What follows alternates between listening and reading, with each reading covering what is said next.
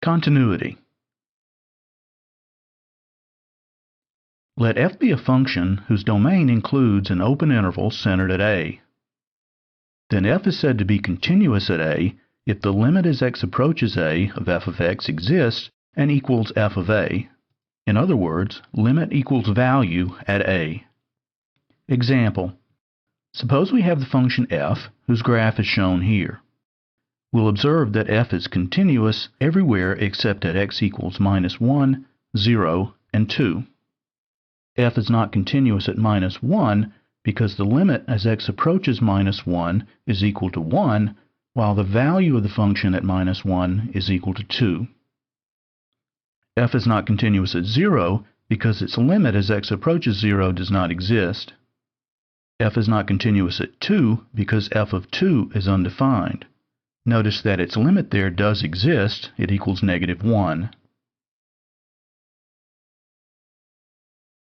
There are three types of simple discontinuities. The function shown here exhibits each of these three types. This function has a jump discontinuity at -1. There, each of the one-sided limits exists, but the limit does not exist because the one-sided limits are different. The function has an infinite discontinuity at x equals 0.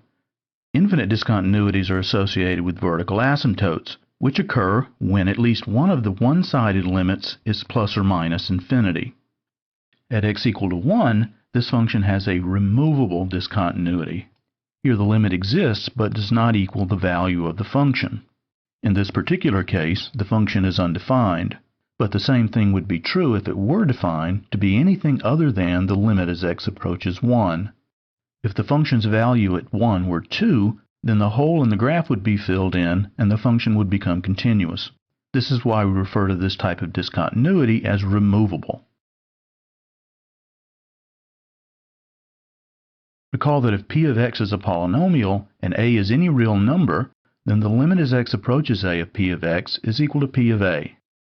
We can now state this basic fact in a different way. It simply says that polynomials are continuous everywhere. Also recall that if p of x and q of x are polynomials and q of a is not 0, then the limit as x approaches a of the rational function p of x divided by q of x is equal to p of a divided by q of a. In other words, limit equals value for any rational function and any a where q of a is not 0. We can state this in terms of continuity as follows. Rational functions are continuous wherever they are defined. This is the graph of a garden variety rational function. Notice that the denominator is 0 at two different places, at x equal to 0 and x equals 1. At x equal to 0, it has an infinite discontinuity, essentially because the x factor in the denominator cannot be canceled out. At x equal to 1, it has a removable discontinuity because simplification removes the x minus 1 factor from the denominator. Also recall that for all real numbers a, the limit as x approaches a of sine x equals sine a, and the limit as x approaches a of cosine x equals cosine a. In other words, sine and cosine are continuous everywhere. Also recall that if a is not an odd multiple of pi over 2, then the limit as x approaches a of tangent x equals tangent a, and the limit as x approaches a of secant x equals secant a. And if a is not a multiple of pi, then the limit as x approaches a of cotangent x equals cotangent a, and the limit as x approaches a of cosecant x equals cosecant a. We can phrase all of this in terms of continuity by simply saying that tangent, cotangent, secant, and cosecant are continuous wherever they are defined. Several properties of continuous functions follow directly from properties of limits. Let's first recall the following. If the limit as x approaches a of f of x and the limit as x approaches a of g of x each exists, then the limit of the sum or difference equals the sum or difference of the limits as x approaches a. The limit as x approaches a of a constant times f of x equals the constant times the limit as x approaches a of f of x. The limit of a product is equal to the product of the limits, provided each of those limits exists. If the limit as x approaches a of g of x is not equal to 0, then the limit as x approaches a of the quotient f of x divided by g of x is equal to the quotient of the limits. Now here are corresponding statements about continuity. If f and g are both continuous at a, then f plus g and f minus g are both continuous at a. Any constant times f is continuous at a. F times g is continuous at a. And if g of a is not 0, then the quotient f divided by g is continuous at a. Compositions. Here's a fact about limits of compositions. If the limit as x approaches a of g of x equals b, and if the limit as x approaches b of f of x equals c, then the limit as x approaches a of f of g of x equals c. This is equivalent to saying that if g is continuous at a, and if f is continuous at g of a, then f composed with g is continuous at a. Example. Let f of x equal 3x squared plus x squared minus 1 divided by x minus 1 times x minus sine x. At what values of x is f not continuous, and of what type is each of its discontinuities? Let's first observe that 3x squared minus 1, and the denominator x minus 1 times x minus sine x are each continuous everywhere, since they involve only polynomials and the sine function. Therefore, f is continuous wherever the denominator in the second term is not 0. That is, wherever x minus 1 times x minus sine x is not 0. Now x minus 1 is 0 when x is 1, and x minus sine x is equal to 0 only when x is equal to 0. You can see this easily from the graphs of x and sine x. The only point of intersection is the origin. So f is continuous everywhere except x equals 1 and x equals 0. To determine the type of discontinuity at x equals 1, we'll examine the limit as x approaches 1 of f of x. The numerator in the second term factors into x plus 1 times x minus 1, and so the x minus 1 factor cancels, and we conclude that the function f of x equals 3x squared plus x plus 1 divided by x minus sine x for all x other than 1.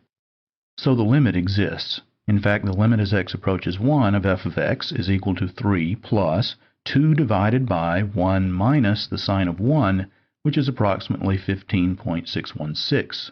Therefore, the discontinuity at x equals 1 is removable, corresponding to a hole in the graph of f. To determine the type of discontinuity at x equals 0, we first notice that the limit as x approaches 0 of f of x does not exist, because the numerator in the second term approaches negative 1, while the denominator approaches 0. And in fact, the limit as x approaches 0 from the left of f of x is equal to negative infinity.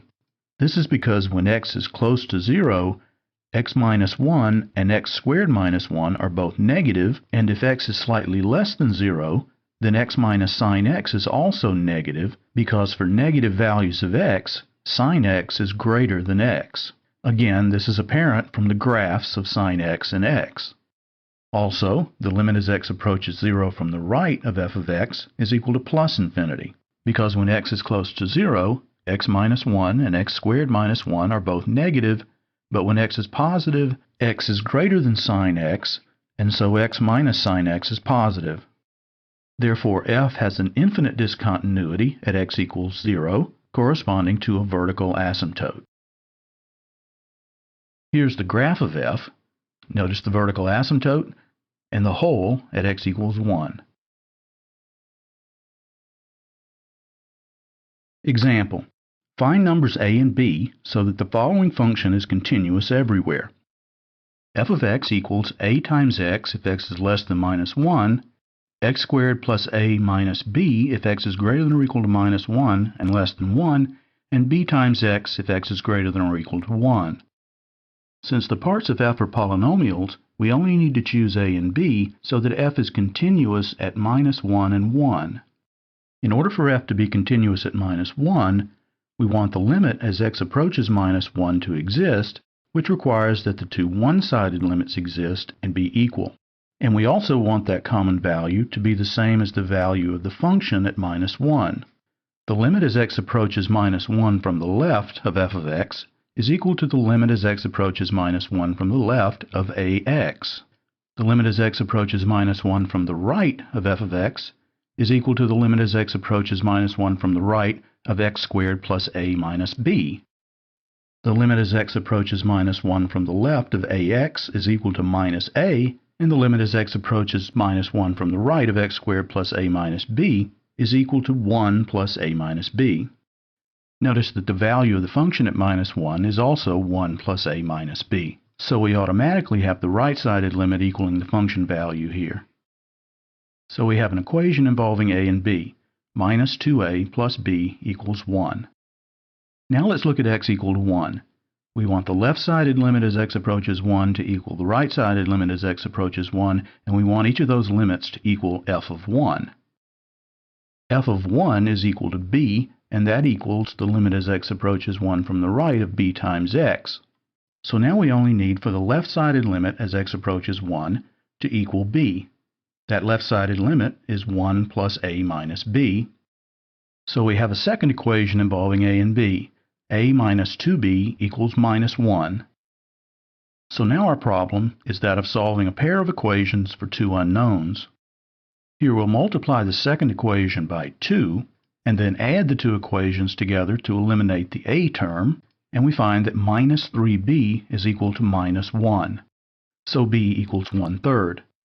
Now that we know b, we can go to either of the two original equations to find a. Using a minus 2b equals minus 1, we substitute in b equals 1/3, and then solve for a. This gives us a equal to minus 1/3. Now here's the function we found, along with its graph. Notice the continuity at plus and minus 1. Compositions. As we stated previously, if g is continuous at a, and if f is continuous at g of a, then f composed with g is continuous at a. Now let's look at an example to illustrate this. Let f of x equal x divided by the absolute value of x. The value of this function is minus 1 whenever x is less than 0, and plus 1 whenever x is greater than 0. The graph of f looks like this. Notice that f is continuous except at x equals 0, where it's undefined and has a jump discontinuity, since the one-sided limits exist there but have different values. Now, if we compose f with sine, then we have the function sine x divided by the absolute value of sine x, and this function will be continuous wherever sine x is not 0. That is, wherever the value of sine x is not equal to the number where f is discontinuous. Now sine x is equal to 0 at multiples of pi, so f of sine x is continuous except at multiples of pi. At multiples of pi, the function is undefined and has a jump discontinuity just as f did at 0. In fact, the graph of the function looks like this. One-sided continuity. If the domain of f includes an interval whose right endpoint is a, then f is left continuous at a if the limit as x approaches a from the left of f of x is equal to f of a. If the domain of f includes an interval whose left endpoint is a, then f is right continuous at a if the limit as x approaches a from the right of f of x is equal to f of a. Here's the graph of a function that illustrates left and right continuity. Notice that the function is discontinuous at x equals 0 and x equals 2. The function is right continuous at x equals 0 since the value of the function there is the same as the right-sided limit. The function is left continuous at 2 since the value of the function there is equal to the left-sided limit. Now let's note that a function f is continuous at a if and only if it is both left and right continuous at a. Example. We know that the limit as x approaches a of the square root of x is equal to the square root of a for all positive a, and that the limit as x approaches 0 from the right of the square root of x is equal to 0. So the square root function is continuous at every positive number, and it's right continuous at 0. Continuity on an interval. Let I be an interval. It may be a closed interval, an open interval, a half-open interval, or even an unbounded interval.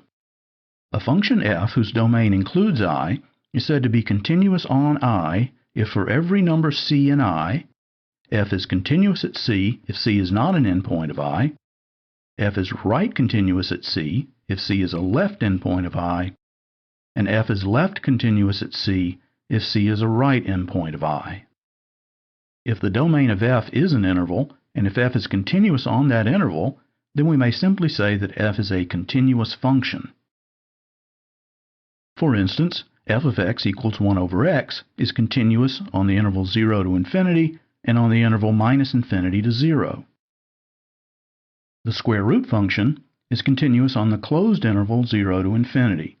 Notice that this interval has a left endpoint and that f is right continuous there, since the value of the function is equal to the right-sided limit. F of x equal to the square root of 1 minus x squared, whose graph is the top half of the unit circle, is continuous on the closed interval minus 1 to 1. Notice that at minus 1, the value of the function as well as the right-sided limit are both 0, and at 1, the value of the function and the left-sided limit are both 0. So the function is right continuous at the left endpoint and left continuous at the right endpoint.